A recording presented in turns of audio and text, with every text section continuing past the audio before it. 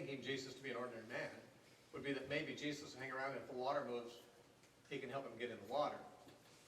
And that's what the man complains. Well, Lord, I'd love to be made well, but no one will help me. Maybe, by implication, maybe you could help me.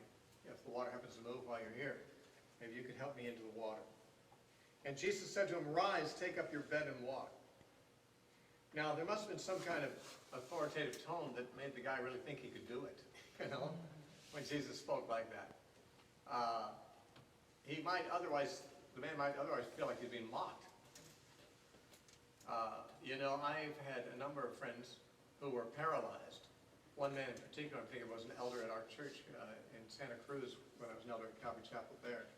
He was paralyzed in an accident during the war, and I think from about the chest down, he just was fairly unable to, you know, use any of his parts of his body, and was in a wheelchair. But he said there were many times that he'd been in meetings where people, you know, zealous to work a healing and full of faith would just grab my hand and pull him out of the wheelchair and say, rise and walk. And he, of course, couldn't. He didn't become well. And he became really gun-shy. He didn't want to go to any meetings where anyone might be interested in healing him. Not that he wouldn't love to have been healed, but he didn't want to be at the mercy of God's zealous would-be healers, you know. It's like that bumper sticker says, I got nothing wrong with God in my mind, no objection to God, it's his people I can't stand. And this guy just didn't want to go anywhere where people believed in healing for fear that they're going to pull him out of his wheelchair. And if Jesus, as a stranger, had walked up to him and said, would you like to be healed? Charlie probably would have said, no thanks, you know, just leave me alone. You know, I can get by. I've done this for 38 years, this man could say. You know, it's not the best life, but I've had people yank me up and drop me on the ground enough times that I'd just as soon you don't even bring that subject up. Unless you want to help me get into the water when the water stirs. Some people don't really want to get well because being sick is the only way they get any kind of attention. There are people who really don't have very much that sets them apart or that gets people's sympathy. And sometimes the fact that they're not well gets them a lot more sympathy than they would normally have. I remember there was a guy who came to our school in Oregon. He had been in mental institutions several times. I don't believe he was truly, you know, crazy. I think it was an attention-getting thing. But he was on medications when he came to the school. And while I don't have any confidence in psychiatric medications being the right answer, but I don't ever tell people to go off them. If I told someone to go off their medications and they did, and then they did something crazy and dangerous or hurt themselves, I could be sued for giving medical advice without a license and so forth. I never advise people to go off their medications, but I often tell them I don't have much confidence that that's God's answer to their problem.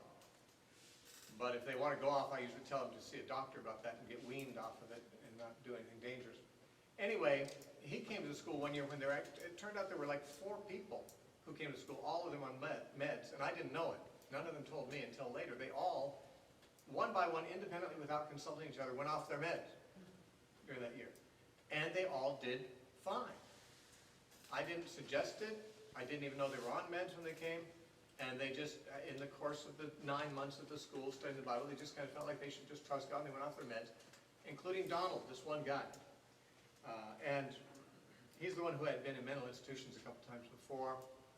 And I remember he made a big thing about the fact that he went off his meds. Like we had our public meeting on Friday nights. Every Friday he'd get up and say, I've been 3 weeks off my meds. I've been 10 weeks off my meds. I'm 15 weeks off my meds. And everyone would applaud and, yeah, he's great. You know, congratulations. And he got a lot of strokes, a lot of attention, stuff like that. And eventually, since he's doing this every week, people just got kind of tired of hearing about it. You know, I mean, not that they didn't care.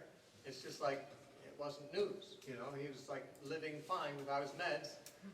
Didn't have to report it every week. And eventually the enthusiasm of the people in responding to his testimony was not so exuberant. Let's put it that way. And you know what? He went and checked himself in a mental hospital and acted crazy again. And he's of the 4 students who came that year who went off their meds, he's the only one who didn't make it through the year. He made it 6 months, which makes it clear he didn't need the meds. He was just fine for 6 months without them. But I noticed when the attention was, when he wasn't viewed as a sick person anymore, people just treated him like a normal person, and there wasn't much about him to set him apart from others. It's like he didn't like being well, Once he went back to the mental hospital, we all visited him, and stuff. And he's been out since then. I think he normalized somewhat, but he did have quite a history going up and down there for a while. But I think of that sometimes when Jesus says, do you want to be made well? Well, of course he'd want to be made well, wouldn't he? Or would he?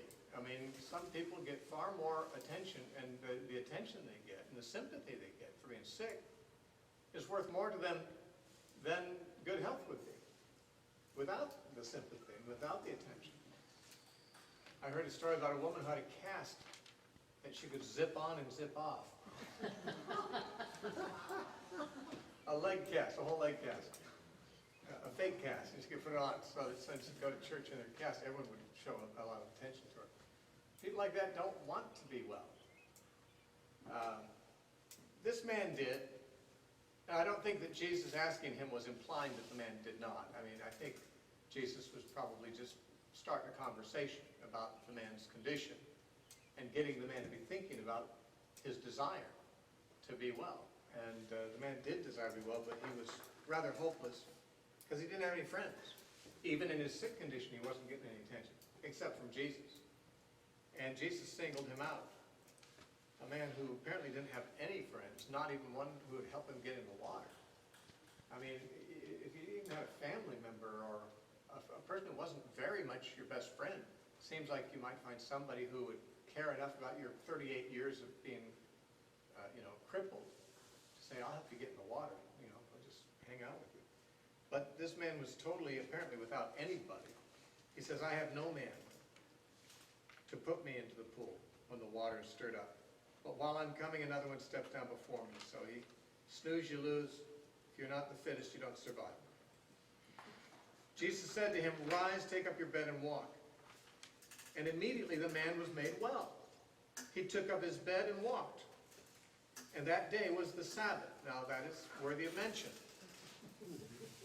It wouldn't have been mentioned if it was on Wednesday, or if it was on Friday, or if it was on Monday. We would never have heard what day of the week it was. It wouldn't matter. But that was the Sabbath. That makes it newsworthy, because it means that Jesus had healed somebody on the Sabbath day. And that is considered to be a no-no to the Pharisees. They had very strict rules, the Pharisees did, about Sabbath observance. And the Talmud, which reflects their views but was written down a few centuries later, but their views were passed on orally until it was written down in the Talmud. The Talmud has a lot of legislation about what you can and cannot do on the Sabbath day. And one thing that the Talmud said, and that the Pharisees believed, is that even a physician could not work on the Sabbath day. He couldn't cure somebody unless it was a life-threatening situation that would not be safe to wait a day. In other words, if it could wait until Sunday, instead of doing it on Saturday, the Sabbath, then the physician was expected to wait until Sunday and not do it on the Sabbath. And reasonably enough, really, I mean, to tell you the truth, I mean, if the guy's been sick 38 years, he could wait one more day. And Jesus knew that very well, but the fact that Jesus did it on the Sabbath was deliberately to do it on the Sabbath. It was deliberately to be in their faces, because he knew he was going to catch some flack for that. And this is what we often read. Many times, the miracles that Jesus does, we read, and it was the Sabbath day. And he could have done it a different day, but he didn't want to. He wanted to do it on that day. His Father wanted him to do it on that day. And so we're told it was the Sabbath day, and pretty soon that fact eclipses the fact that a wonderful miracle has been done. The fact that it was done on a Sabbath makes it an offense. And so that day was the Sabbath. Verse 10, the Jews therefore said to the man who was cured, it is the Sabbath, it's not lawful for you to carry your bed. That's bearing a burden. His bed was probably a rag rolled up, under his arm. He's a beggar. for 38 years he had no income, probably sleeping on the same rag for 38 years. He probably had full of holes and rags, probably didn't weigh as much as a letter that can go for one stamp. You know, there's no burden at all. But it was something superfluous that he was carrying, and they said, you can't do that on the Sabbath. Now, the law didn't say that. The law did say that you shouldn't bear a burden on the Sabbath. And therefore, collecting sticks to build a fire on the Sabbath was punishable by the law. But it didn't say what constitutes a burden. And certainly, the spirit of the law would not be that a man would be forbidden to take his bed with him when he's leaving the place, that he's just recovered from a sickness and going home. Anyway, the Pharisees were never in touch with the heart of God, only with the rules that had come down to them from the rabbis. And they asked, he answered them, "He who made me well said to me, 'Take up your bed and walk.' Then they asked him, 'Who is the man who said to you, "Take up your bed and walk"?' But the one who was healed did not know who it was, for Jesus had withdrawn, a multitude being in that place. So he didn't even know who Jesus was. It's not like he believed in the name of Jesus or, believed Jesus was God or the Son of God. He didn't even know who it was. Some guy told me to get up and walk, and I just felt like I could do it. I felt something in my legs I haven't felt before for almost 40 years, and I got up and it happened. And who was I to argue against that? And they say, well, who did it? I don't know who it was. He's just a guy. And he kind of disappeared in the crowd. Don't know if I could point him out. Then it says, afterward Jesus found him in the temple. He didn't find Jesus. Jesus went and found him. And said to him, "See, you have been made well. Sin no more, lest a worse thing come upon you." Now, that statement of Jesus is a peculiar statement. It's similar to what he said to the woman taken in adultery, where he says, go and sin no more. Obviously, sin no more doesn't mean live an absolutely perfect life and never fall short of any perfection, because that would be putting a burden on a man that no man can bear. If he said, well, if you sin again, something worse is going to happen to you. Boy, that'd be an awful burden, because not much worse than being paralyzed for 38 years of your life and losing those years of your life. Something worse? If I sin again? What if I have a bad thought? It seems obvious that when Jesus said to the woman who was taken adultery, go and sin no more, he meant don't commit adultery anymore. Don't repeat this sin. Of course, he doesn't want us to sin at all, but he was talking about that sin. He said, where are your accusers? Oh, there are none, Lord. Well, then I don't accuse you either. I don't condemn you. You go and don't do it anymore. Don't sin anymore. He means, of course, that particular sin is what he's got in mind. Likewise here, most scholars seem to agree that Jesus probably had some particular sin in mind that this man knew about. And possibly, by the way Jesus said it, it almost implies that his earlier condition had come upon him because of some sin that he had committed. And Jesus is saying, okay, you dodged that bullet. Be more careful next time. Don't do that anymore, or it may be worse for you next time.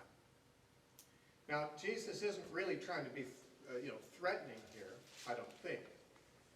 I think what he's saying is, something you did before and you know what it was, caused you 38 years of paralysis. Don't do it again, because it may not be as easy on you next time. Whatever the sin was, we don't know.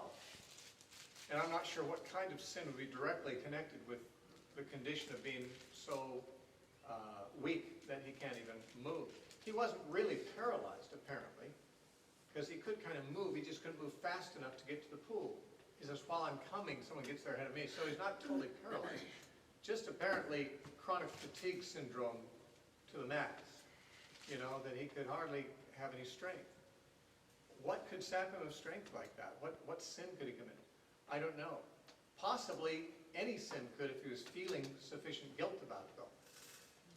Sometimes just feeling guilt can do all kinds of awful things to a person. It may not be that God was judging him for something he had done. It may be that he had done something that he felt awful about, terrible about, and he just lost his will almost to live and lost his normal functioning. It doesn't seem, when when no doubt all of us have had things we've grieved about and repented of, and it didn't happen to us that way.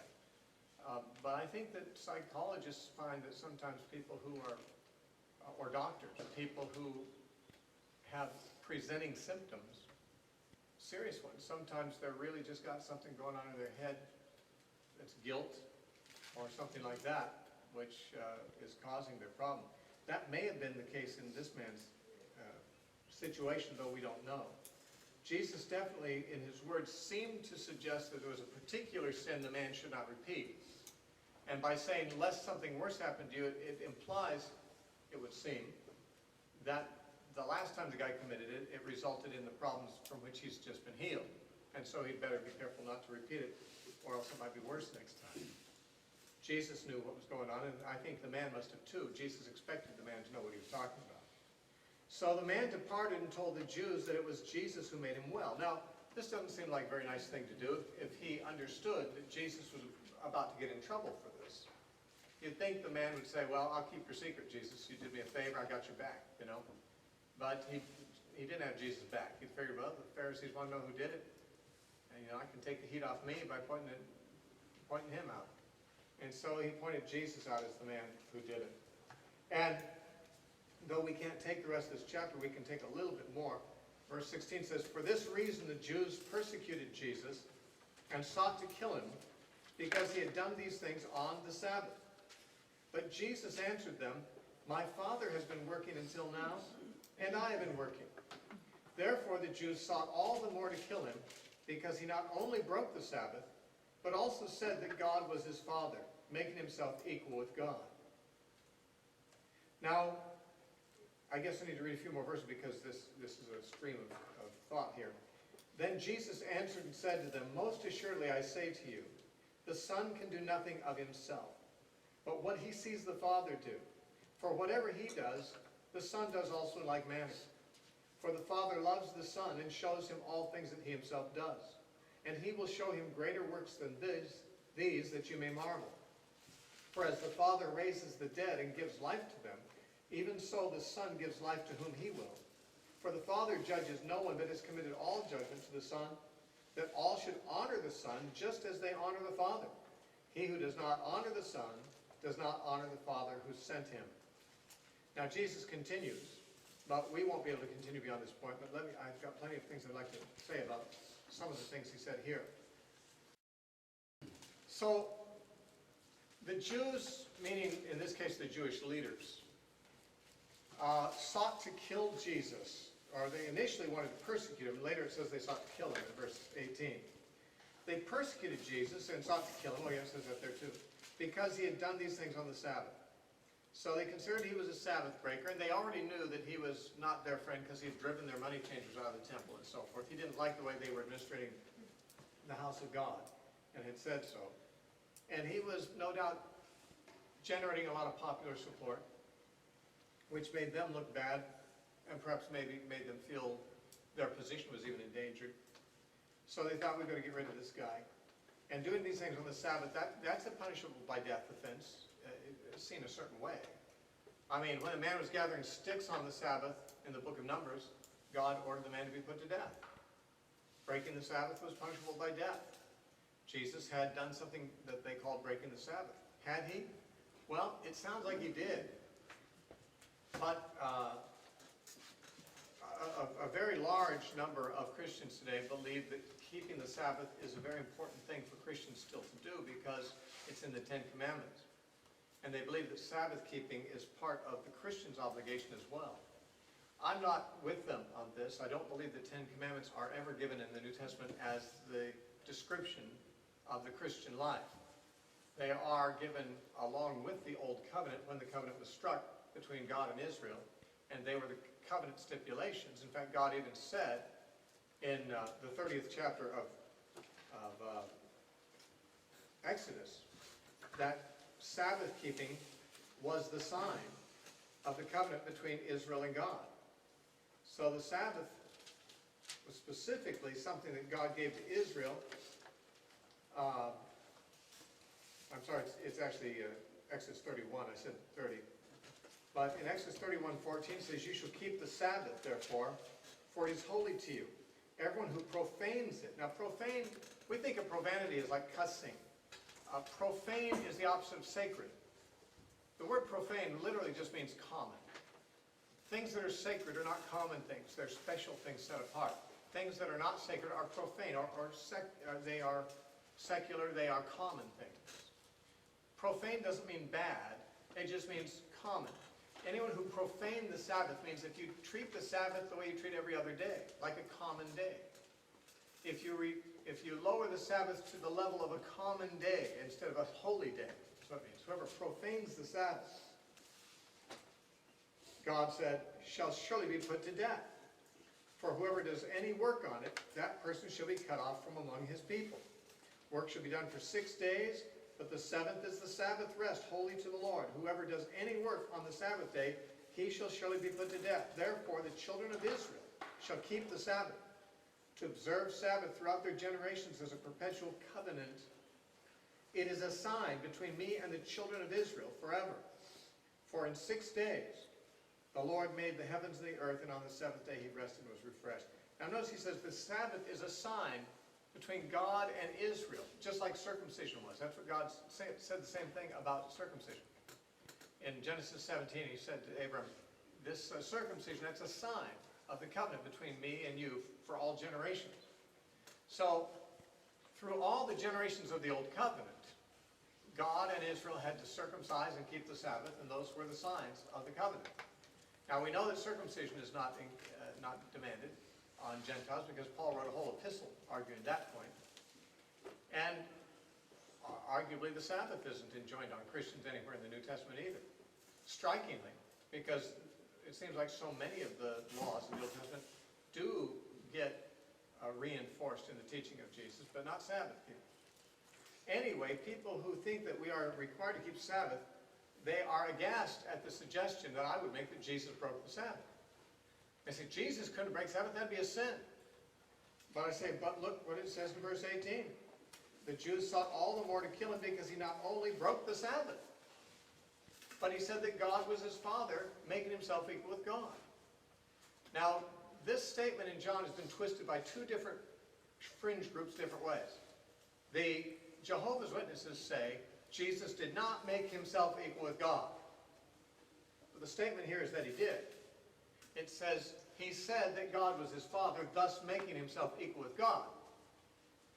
That's John's comment, that in making this statement, Jesus made himself equal with God. Jehovah's Witnesses don't like that doctrine, so they say, no, what this is really saying is that when he said God was his Father, the Jews interpreted that as making himself equal with God. Well, that would be a possible way of looking at it if John had said it differently. John didn't say it differently. He said Jesus said God was his Father, making himself equal with God. That is John's commentary, not the Pharisees. It's not the interpretation of the Jews. It is John's interpretation that Jesus made himself equal with God. It is also John's statement that Jesus broke the Sabbath. The Seventh-day Adventists and other Sabbatarians say, no, he didn't break the Sabbath. He just broke what the Jews thought should not be done on the Sabbath. He broke the Jewish customs about the Sabbath, not the Sabbath law. And again, I'd say the same thing I say to the JWs. That's a feasible explanation, if only John hadn't said it the way he did. But I'm going to have to go with what John said, since he was certainly capable of saying it differently if he meant it differently. He said that Jesus broke the Sabbath, and they wanted to kill him for it. But what do we do then with the fact that Jesus broke the Sabbath? Isn't that a sin? It would be for any other Jew. But Jesus argued that he was the Lord of the Sabbath. And that Sabbath was made for man, not man for the Sabbath. Jesus gave that teaching elsewhere in Matthew chapter 12, when he was criticized for working on the Sabbath again. And he said, well, the Sabbath was made for man, not man for the Sabbath. To benefit man is what God had in mind when he gave the Sabbath. He did not make man so that somebody could serve the interests of the Sabbath day. The Sabbath was made to serve the interests of man, not vice versa. And so if you interpret the Sabbath or keep the Sabbath or enforce the Sabbath in such a way that it is bad for man, then you're not doing the right thing. Furthermore, Jesus said, the Son of Man is Lord even of the Sabbath day. Now, Lord of means he's not the servant of the Sabbath day. He's the Lord of the Sabbath day. The Sabbath day is his servant. He has authority over it, not it over him. And I liken it to a policeman giving chase on the freeway with his lights and siren on. Code 3, going after a criminal with sirens blaring and lights flashing and driving 90 miles an hour on the freeway after the crook. Is the policeman breaking the law? Yes, he is. Speed limit is 75. He's going 90. That's breaking the law. Is he sinning? No. He's authorized to do that. If I did it, I'd be breaking the law. He has authority to do that. That's his authorization. Jesus could do on the Sabbath what no one else was allowed to do at that time without sinning, because he was authorized. He was the Lord of the Sabbath. He could indeed ignore the Sabbath, and he explains why. With this comment that they hated so much in verse 17, he said, my Father has been working until now, and I've been working. What's that mean? That means my Father works all the time, and I work all the time. My Father doesn't punch a clock. My Father doesn't take Saturdays off. He still holds the planets in their places. He still feeds the sparrows and clothes the lilies of the field. He's on duty 7 days a week, and I do what my Father does. So I'm on duty 7 days a week too. I must work on the Sabbath as well as on other days. Now, by the way, this became the model and the ethic for Christian thinking about the Sabbath, which is why I personally don't think that Sabbath observance is something that the Bible enjoins on Christians, because Jesus said we must do the works that the Father does, and he works all the time. Jesus actually put it this way in one of the Gospels, in Mark I think it is. He said, therefore it is lawful to do good on the Sabbath day. Okay, so it's lawful to do good on the Sabbath day. What are you allowed to do on the other days? Bad? No, you're supposed to do good all the time, right? Doing good is our obligation the other 6 days. And now we find it's lawful to do it on the seventh day too. So the seventh day is no different than the others. Doing good is what Christians are supposed to do all the time. And doing good on the Sabbath, Jesus said, is lawful. So the Sabbath no longer becomes a day that has to be treated differently. It's like every other day. Jesus is the Lord, even, as he put it, even of the Sabbath day. Which means what? As well as the other days. He's the Lord of Sunday, Monday, Tuesday, Wednesday, Thursday, Friday, and even of Saturday, the Sabbath day. That's what he's saying. And if he's the Lord of all the days, even the Sabbath day, then what is my obligation? The same thing on the Sabbath as any other day, to do what the Lord says. My obligation is simply to please the Lord and to obey him. I don't have to look at the calendar and say, am I allowed to obey Jesus today?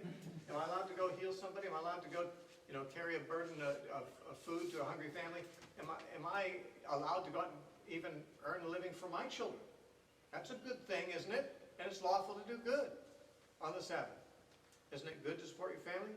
The point here seems to be that Jesus says, my Father doesn't distinguish between days anymore. Yes, he did on the creation week. He worked for 6 days and rested, and he hallowed that day.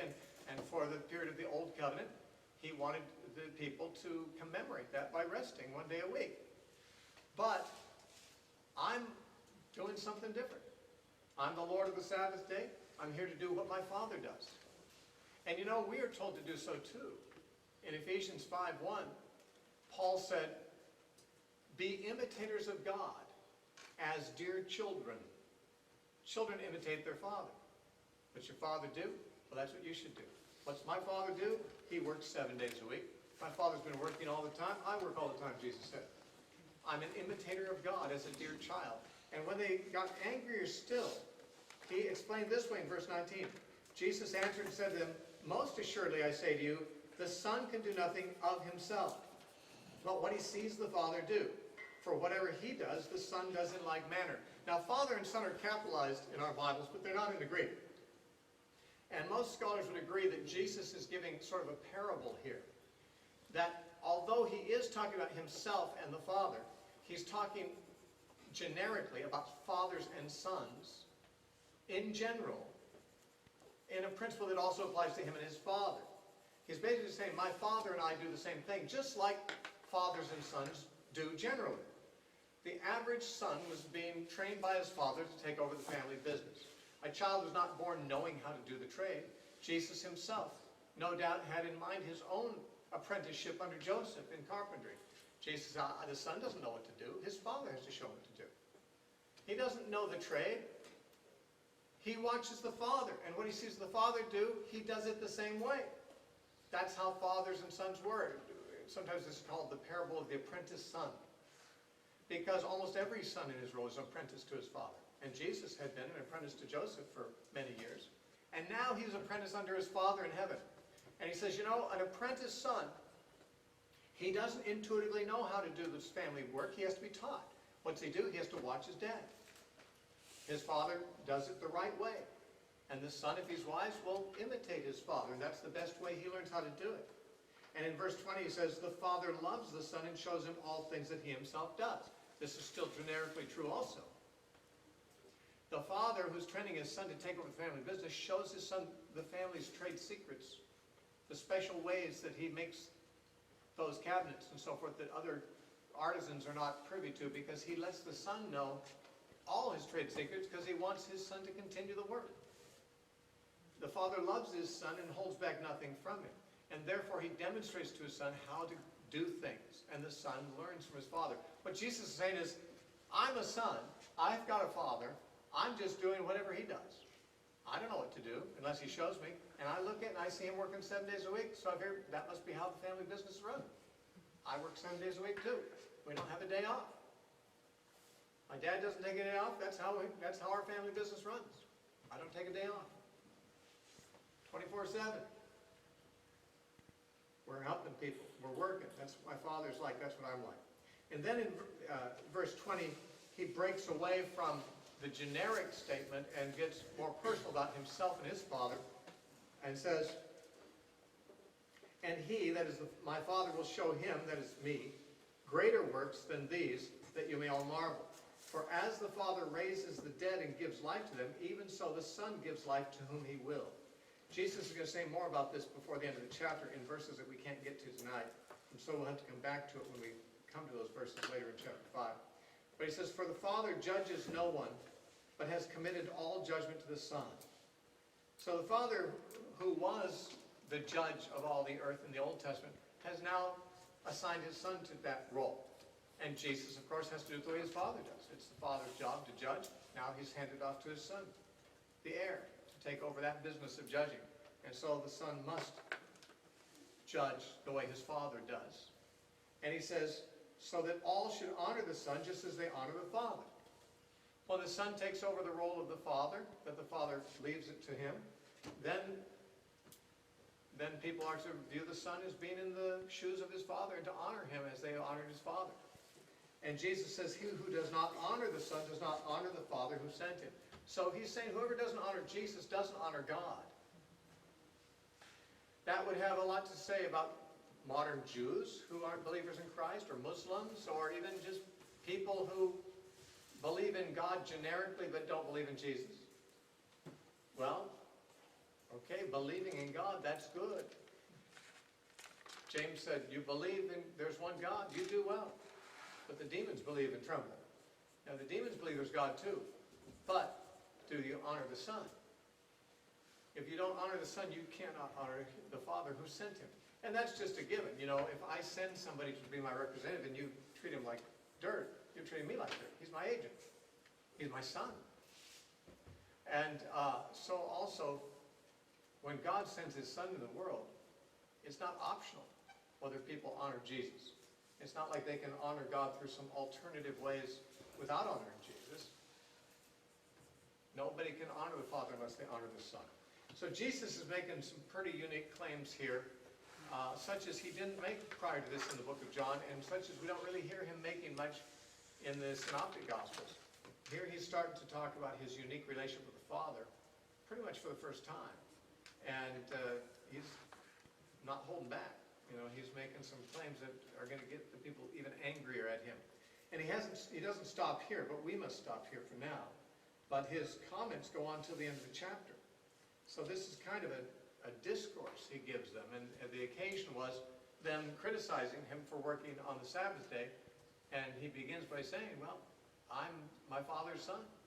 Chip off the old block. I learned the trade from my dad. I was his apprentice, and now I continue doing it the way he shows me. But since, of course, these special claims of special relationship to God that he's making sound very much like, and really legitimately are taken to mean that he's on the same level with God. He's of the same species. If God is his father, he's of the same species as God. Well, that makes him sort of equal with God, as opposed to men being equal with God. He's not equal to men, he's equal to God. That then, of course, is something that he realizes has to be, it's a claim that won't just be accepted without being defended. So he goes on for the rest of the chapter to make his defense of those claims and to talk about how much God has borne witness to the truth of what he is saying. But we'll have to hold off on the commentary on